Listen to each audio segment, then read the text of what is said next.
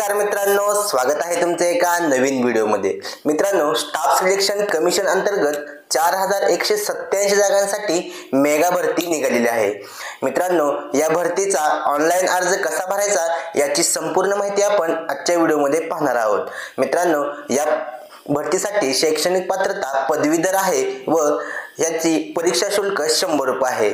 चला तर मग सुरू करूया आजचा व्हिडिओ व अशाच नवनवीन अपडेट्स जाणून घेण्यासाठी आपल्या मराठी टेल या YouTube चॅनलला सबस्क्राइब करायला विसरू नका।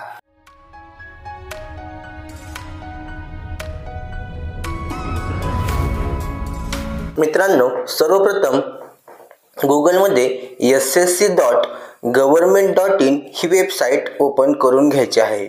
याची लिंक मी तुम्हाला डिस्क्रिप्शन मध्ये दिलेली आहे। आता इथे आपल्याला लॉग इन और रजिस्टर या बटनावरती क्लिक करायचं आहे। आता इथे आपल्याला खाली नवीन रजिस्ट्रेशन करायचं असल्यामुळे रजिस्टर नाव या बटनावरती क्लिक करायचं आहे। त्यानंतर कंटिन्यू या बटनावरती क्लिक करायचं आहे।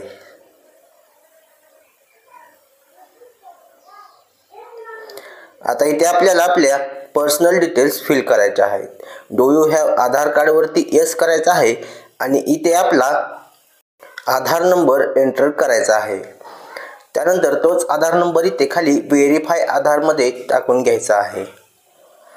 आता इथे 2 नंबर ऑप्शनला काय नाही टाकायचं। 3 नंबर मध्ये आपलं कॅन्डिडेट नेम आपल्या एसएससी मार्कशीट नुसार आपलं नाव इथे फिल करायचं आहे आणि खाली व्हेरीफाय कॅन्डिडेट नेम वरती आपलं नाव परत एकदा फिल करायचं आहे।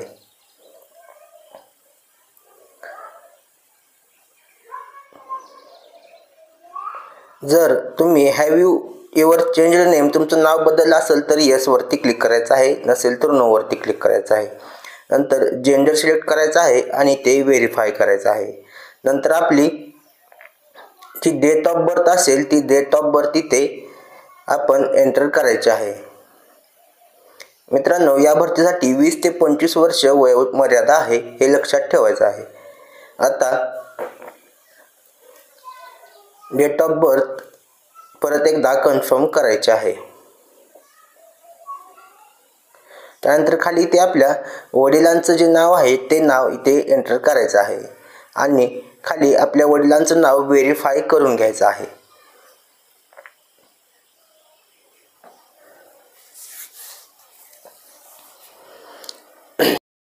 नंतर आपल्या आईचं नाव एंटर करायचं आहे आणि आपल्या आईचं नाव व्हेरीफाय करून घ्यायचं आहे।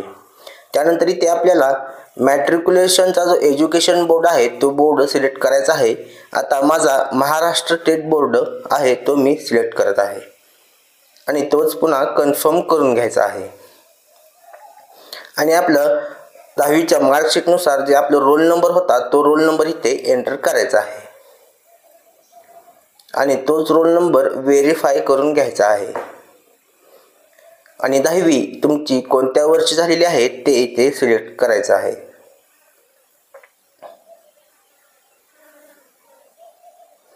तुमचं हायेस्ट लेवल ऑफ एज्युकेशन जे आहे ते निवडायचं आहे।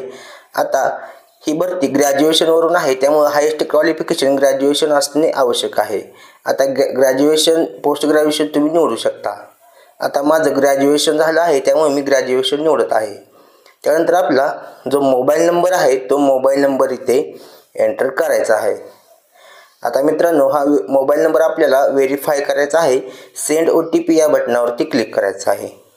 आता आपल्या मोबाईलवरती एक OTP आलेला असेल तो OTP इथे एंटर करायचा आहे आणि व्हॅलिडेट यावरती क्लिक करायचं आहे।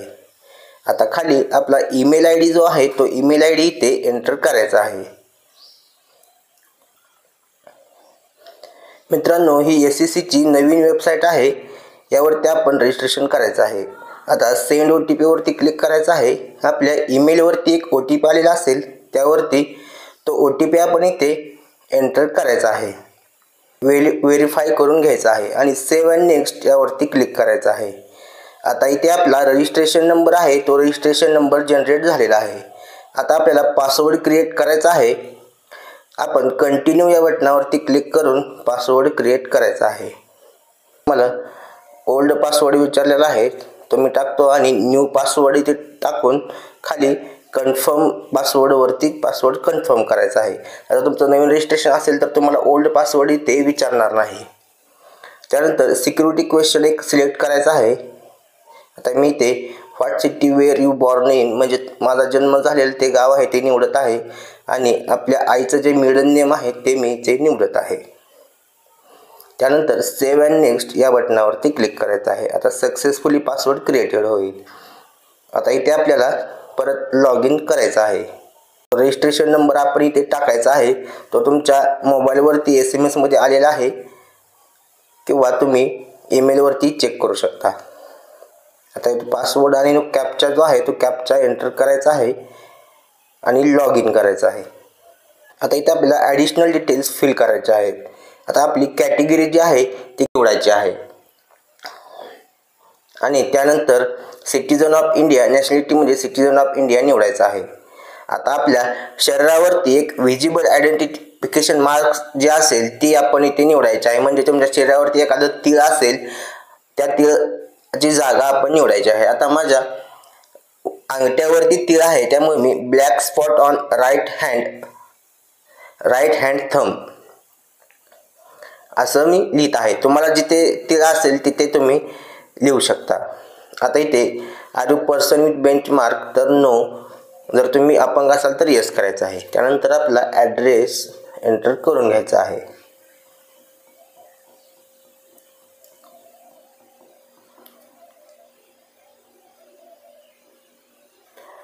त्यानंतर तुमचं जे राज्य आहे ते राज्य सिलेक्ट करायचं आहे. आता माझं महाराष्ट्र राज्य आहे ते मी सिलेक्ट करत आहे. त्यानंतर जिल्हा आपला निवडून घ्यायचा आहे आणि पिनकोड जो असेल तो पिनकोड निवडायचा आहे. आता माझा present address same as permanent आहे त्यामुळे मी इथे येस करत आहे. जर तुमचा प्रेझेंट ॲड्रेस आणि परमनंट ॲड्रेस सेम असेल तर येस करायचं आहे आणि सेव्ह अँड नेक्स्टवरती क्लिक करायचं आहे. आता ॲडिशनल डिटेल्स सेव्ह झाले आहेत. आता इथे आपल्याला डिक्लेरेशन करायचं आहे. ह्या टर्म्स अँड कंडिशन ॲक्सेप्ट करायचं आहेत आणि आपला जो OTR आहे म्हणजे आपलं वन टाईम रजिस्ट्रेशन आहे ते संपूर्ण एकदा चेक करायचं आहे. व्यवस्थित चेक केल्यानंतर डिक्लेअर या बटनावरती क्लिक करायचं आहे. आता आपलं रजिस्ट्रेशन सक्सेसफुल झालेलं आहे. आता इथे आपल्याला लाईव्ह एक्झामिनेशन दिसत आहेत. आता इथे 2 एक्झामिनेशन्स लाईव्ह आहेत. आता इथे आपल्याला sub inspector in Delhi police CAPS and assistant sub inspector ह्याचा फॉर्म आपण भरत आहे. त्यामुळे इथे 2 नंबरचा जो ऑप्शन आहे ते अप्लायवरती क्लिक करायचा आहे. आता आपल्याला फिल फॉर्मवरती क्लिक करायचं आहे. आता इथे दिलेल्या सूचना आहेत त्या सूचना व्यवस्थित वाचायच्या आहेत. आता इथे आपलं रजिस्ट्रेशन डिटेल्स ऑटोमॅटिक येतील त्यामुळे पर्सनल डिटेल्स जे आहेत ते ऑटोमॅटिक येतील. आता नेक्स्टवरती क्लिक करायचं आहे. आता पर्सनल डिटेल्स सेव्ह झालेले आहेत. आता इथे आपल्याला एज्युकेशनल डिटेल्स फिल करायचे आहेत. आता आपलं ग्रॅज्युएशन झालेलं आहे ते ग्रॅज्युएशन निवडायचं आहे आणि ग्रॅज्युएशन कशातून झालेलं आहे ते निवडायचं आहे. ग्रॅज्युएशनचं स्टेटस पासवर्ड आहे आणि ग्रॅज्युएशनचं जे इयर आहे ते निवडायचं आहे. आता इथे आपलं जे स्टेट बोर्ड आहे ग्रॅज्युएशनचं ते निवडायचं आहे आणि इन्स्टिट्यूट किंवा बोर्ड निवडायचं आहे. आता माझं यशवंतराव चव्हाण मुक्त विद्यापीठातून झालेलं आहे ते मी निवडत आहे आणि आपल्या ग्रॅज्युएशनच्या मार्क लिस्टवर आपला रोल नंबर असेल तो रोल नंबर इथे टाकून घ्यायचा आहे. त्यानंतर आपल्या ग्रॅज्युएशनमध्ये किती पर्सेंटेज किंवा CGPA असेल तर CGPA टाकून घ्यायचा आहे आणि सेव्ह अँड नेक्स्ट या बटनावरती क्लिक करायचं आहे. आता एज्युकेशन डिटेल्स सेव्ह झालेले आहेत.